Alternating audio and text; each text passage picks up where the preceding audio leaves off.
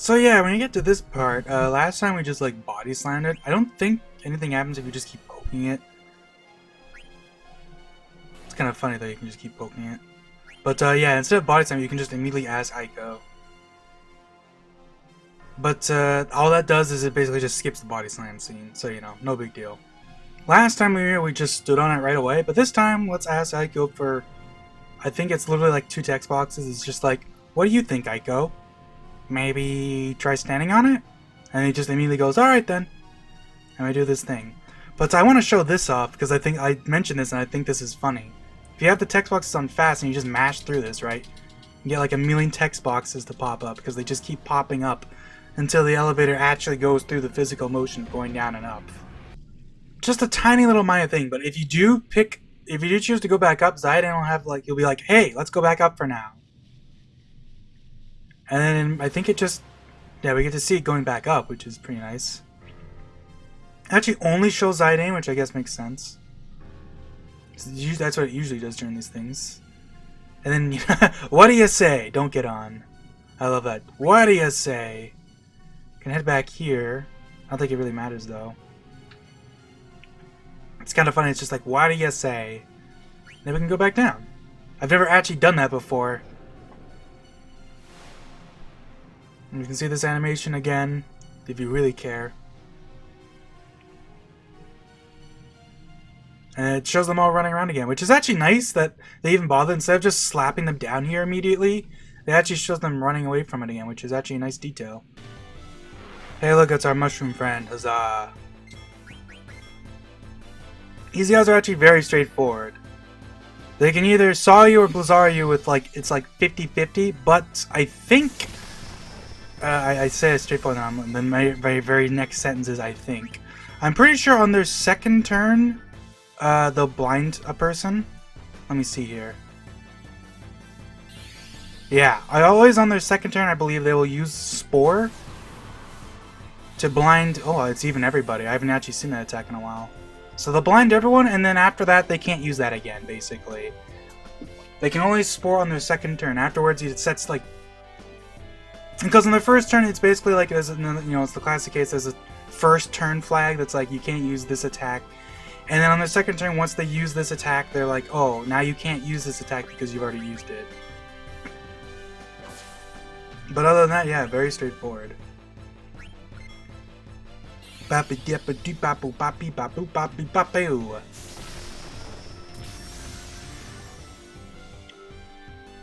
that's about it for that. Hey look, it's zombie. I like how they have just such a generic name, but they don't even really look like generic zombies. Like, they're very skeletal.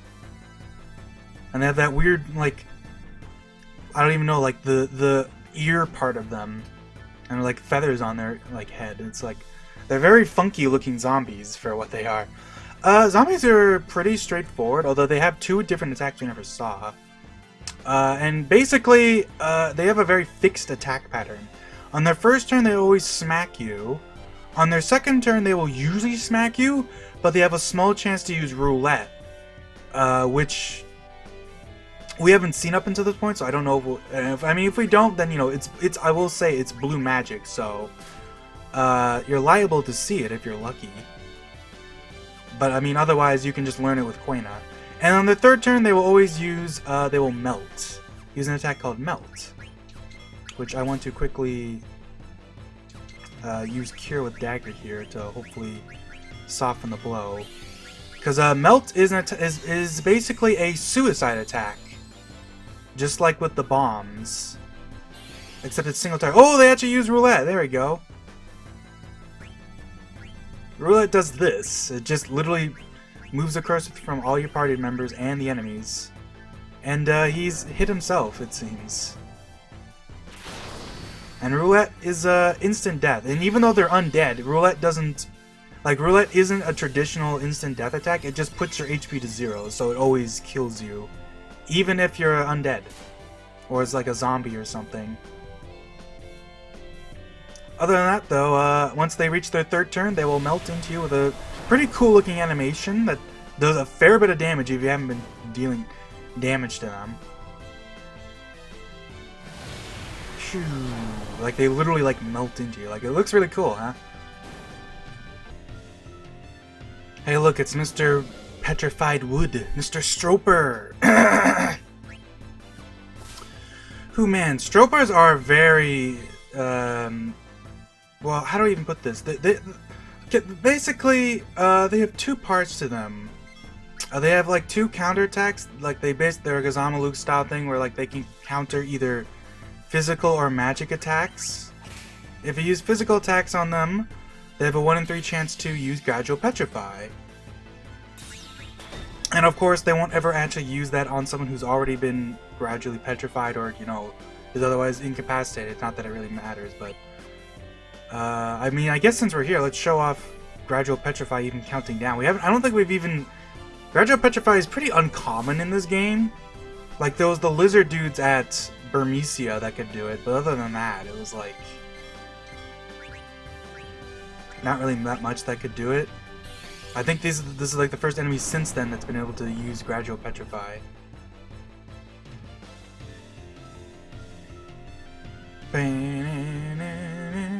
Like the countdown, you can see, like I mentioned way back when, since it's not based on your, it's based on, oh, nice counter, Jesus, I guess I have to cure the stupid dude now to make sure he doesn't die. Since it's based on your spirit stat, it doesn't count down, and you know, it's not like 10 seconds, you know, 10 seconds later it's done. It's slower than that. It also has the cool effect that it gets darker as it gets closer to 0.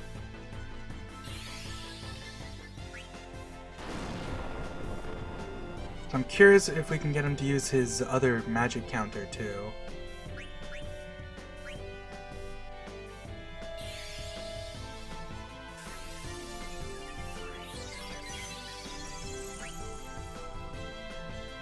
Unlike with, actually, I wonder if that works. So unlike with, like, you know, Doom, you don't die the instant the timer reaches 0, right? It has to, like, there has to be, like, some sort of, like, empty, like, some sort of nothing happening. Like, it's like after a turn happened, then Vivi will get petrified. So I'm wondering if, I think the same trick that we did with that Doom versus Tentarian would actually not work. Because you'd be in that, if you tried to throw a sop with Vivi as the timer reaches 0, you'd be in that weird period of time where Gradual Petrify isn't applied anymore, but Petrify hasn't applied either. So I wonder if that would even, I wonder. That's kind of an interesting thing. Alright, come on, get countered. Because I want to show up this counter because, man, does this guy have a weird ATB script. When I was testing this out, he did it first try both times, which is kind of unfortunate. I got lucky. And now that I'm trying to do this for realsies, it's just like, nope.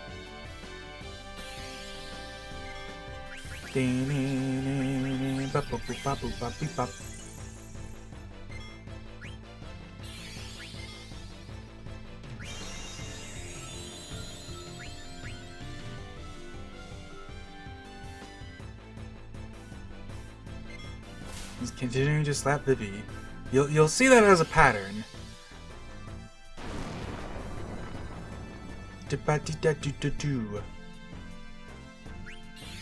There we go. He's gonna silence us. He wiggles around like crazy, but we guard it. So, this guy's ATB script is very bizarre, to put it lightly. And to be honest, I'm still not 100% sure how it works, even though I've done a little bit of testing and stuff. And I looked into it. I'm still not 100% sure exactly what's going on, but so we've been sweeped for moderate damage. I probably should have taken off counterattack now that I think about it. I actually wasn't 100% sure if that could even happen, but let's see if we can blind him to lower the chances of that happening. And let's cure ourselves. I guess actually we should cure him, because he's gonna get killed soon if we're not careful. Oh hey, he silenced Dagger. That's funny. I should have done that to begin with, and I forgot that would even happen.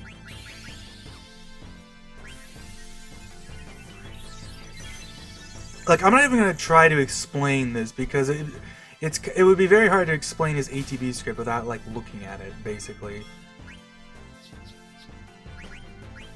But I just want you to like, the best way I can put it is pay attention to who he's been attacking. He's mostly been slapping Vivi or Aiko, or he sweeps everyone, basically.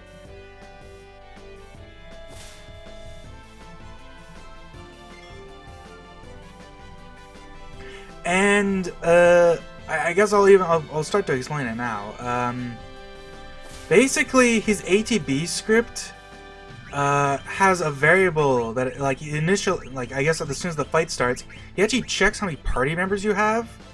But it's not like he has a different ATB script based on how many party members you have. It's that he generates random numbers based on how many party members you have, and it's a really weird sort of script because obviously I don't think it's ever even possible to come here without 4 party members, just to put it bluntly.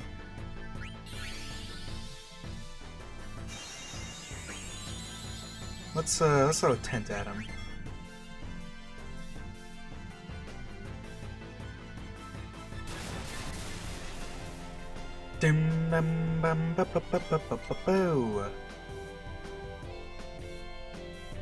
I think it actually might be different per battle too, because it generates a random number based on certain things. Like I'm literally gonna show you the page because like it's too complicated to just be like haha. You know what I mean? Like it's really weird. Ow. Dagger is tranced.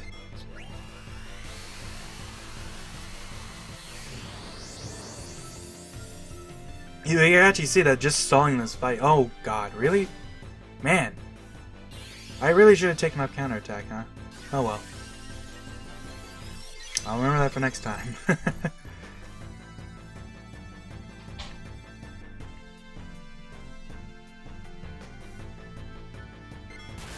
Thwack.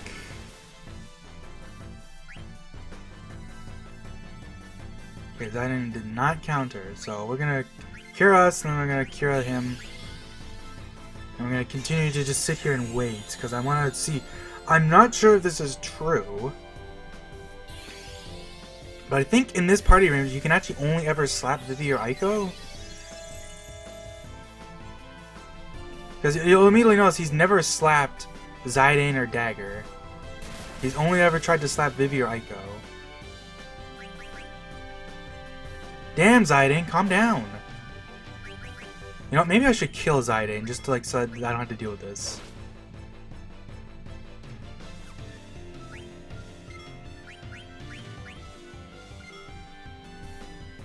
Take that.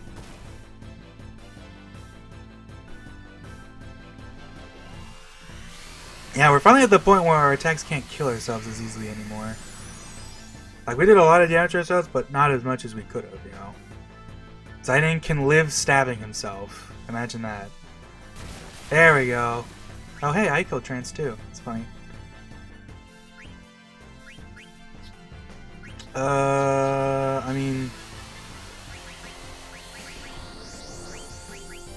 There's no reason. I mean, I guess I can protect Aiko, because... Remember that defend and protect do not stack. But I mean, Aiko in back row, just with protect on, means, you know... It's pretty good too. But what did I have Dagger? Oh right, she's defending. Yeah.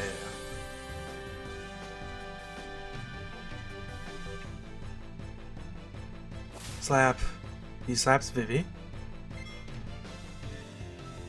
I want to see one more time because we're gonna take a good look. Keep in mind I still don't 100% know how it works, but like he slaps Aiko. And I'm not 100% sure because I did a couple fights and it was always the same thing, so I'm inclined to say I'm correct in this. In a nutshell, basically you could say that he picks a target, and which of his targets he picks dictates which attack he does. So, since Zidane's dead, I think he actually might be more likely to slap now. But don't quote me on that because that's probably not even true, but... Might just be a pure coincidence.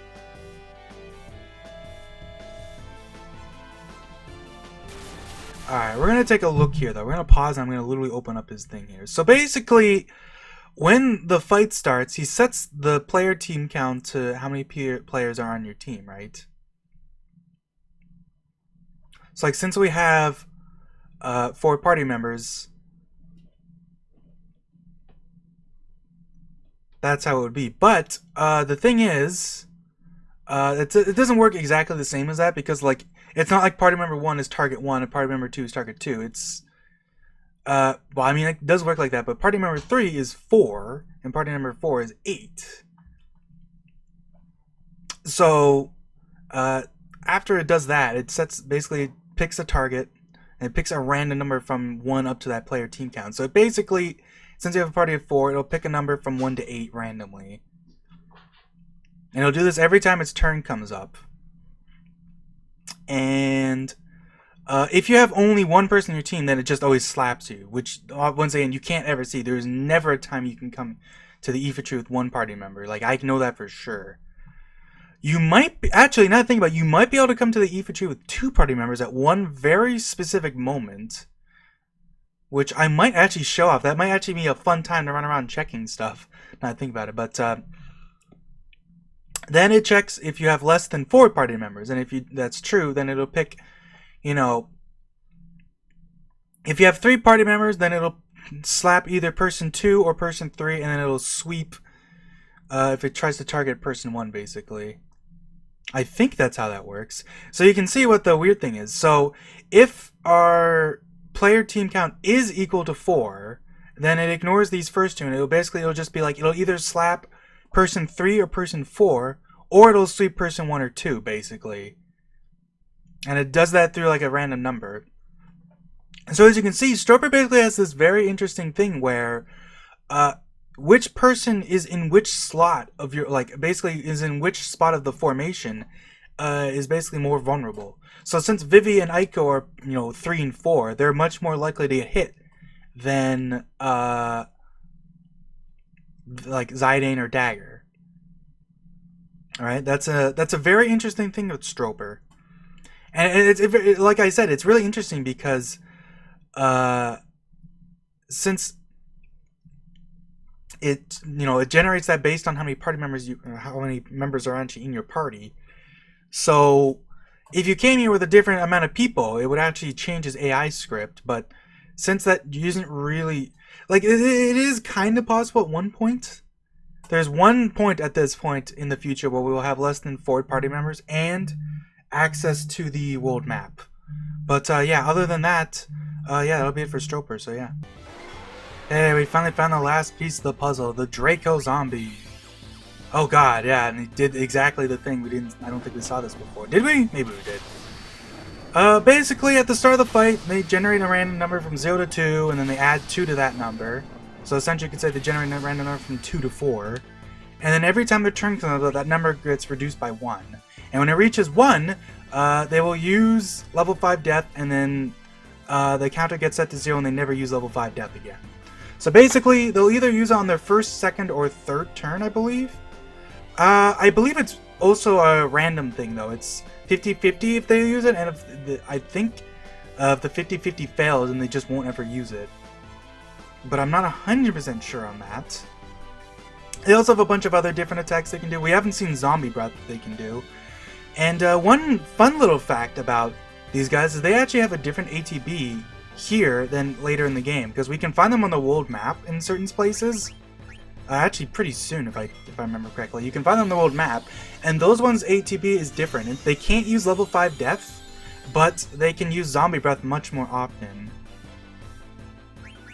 Which is I don't know why, but I guess it's to make so that, you know, zombies more common, but also so that you aren't just getting ganked on the world map randomly. I want to see Zombie Breath, and I'll quickly show off the thing. There's Zombie Breath. Cool. That was actually pretty quick.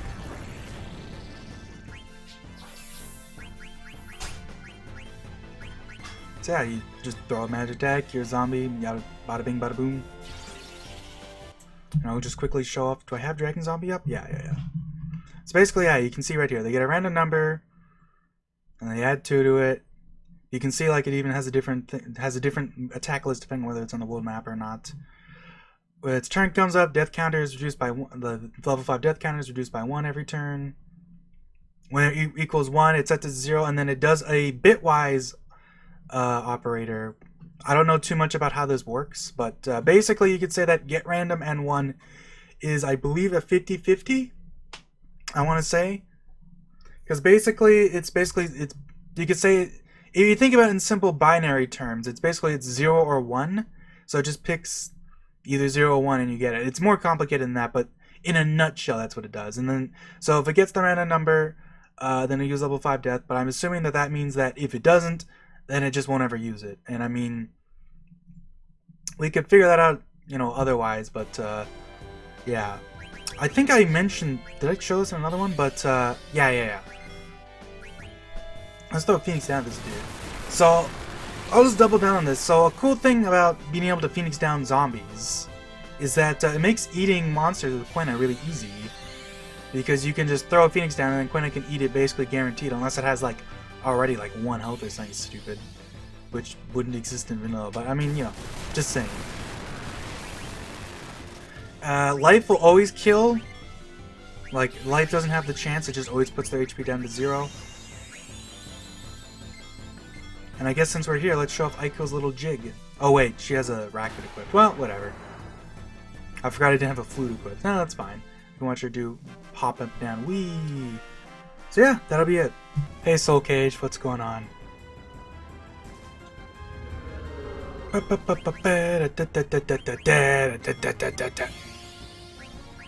So Soul Cage has a couple things going on. We didn't really. I mean, we already got to see the whole fire thing.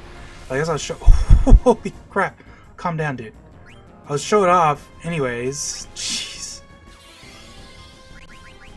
Well, throw a high push on yourself. So use any fire spell. It sets a fire on this thing. Oh my god, he counters. I forgot he does this, yeah.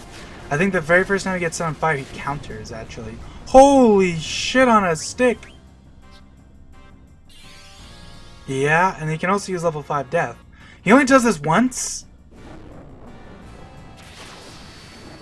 I believe it's actually usually the very first thing he does is level 5 death. Actually, I think that's always. You know what? I said I wasn't going to look up scripting for the rest of them, but screw it. So you can even see here his list of attacks. Leaf Throw basically turns into Fire Blades, because it's basically the idea is that it's the same attack, just the leaves are on fire, you could say. He also has Mustard Bomb, which we haven't even freaking seen, because he never seems to do it.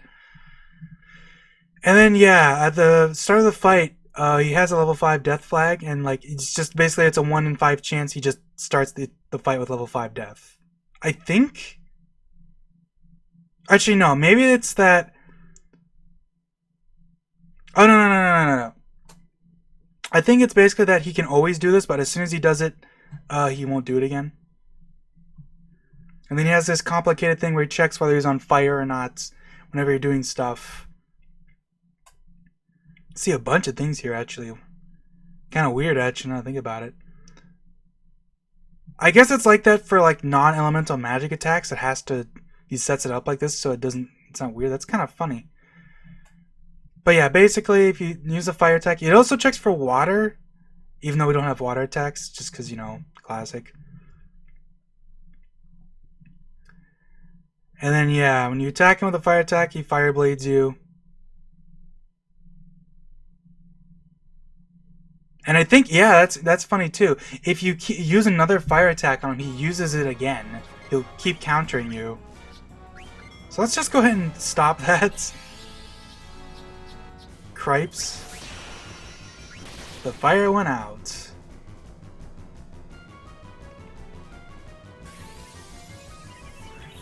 So basically, in a nutshell, he has 4 attacks. We never even saw Mustard Bomb.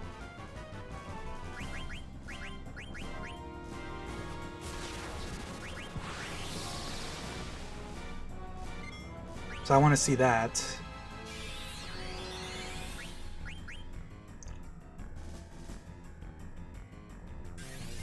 And I guess in a nutshell, he has a chance to level 5 death every turn until he uses it once, and then he'll never do it again. which is kind of like the some other monsters, but you know, just he's got Shockwave, which Shockwave isn't actually that strong, so thankfully didn't do that much damage. Still haven't seen Mustard Bomb yet, though.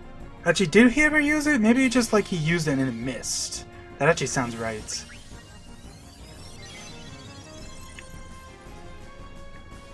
Boo-ba-doo-ba-doo.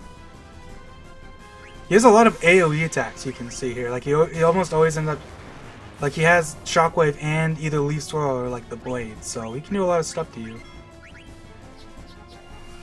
So I'm actually curious about this. I think that means that if I just use fire on him twice, he'd kill us, basically. And that sounds funny enough to do that I'm just going to do that. Let's see what happens.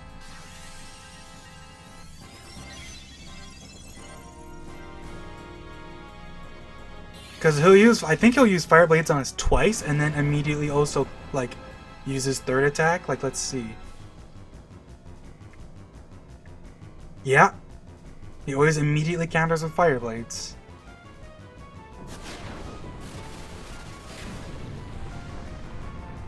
And then we'll use fire on him again, and I think he'll immediately counter again.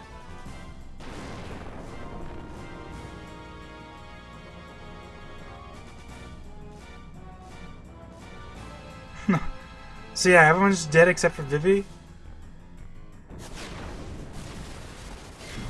Like, you can see the graphic that it uses the leaves and just puts a fire effect over it.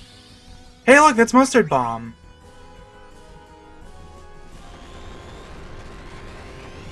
He can use Mustard Bomb whether he's on fire or not. And I think it missed again. Man! Have we even seen Mustard Bomb ever hit? Like, come on. Okay, let's do that and, I mean, I don't know. Just double Blizzard for now. Just to get him off fire and stop murdering us. This boss is actually kind of nasty, because you end up in this situation, like right now we're in a situation where I probably won't ever be able to revive anyone. Because as soon as I revive someone, he'll Shockwave or Leaf Swirl to kill them. Like half the time. Can also use Mustard Bomb. Maybe he'll hit us this time?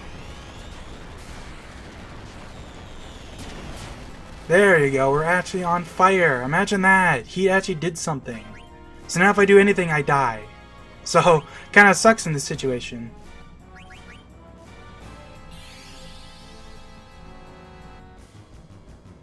It really sucks in this situation, because now I'm just locked.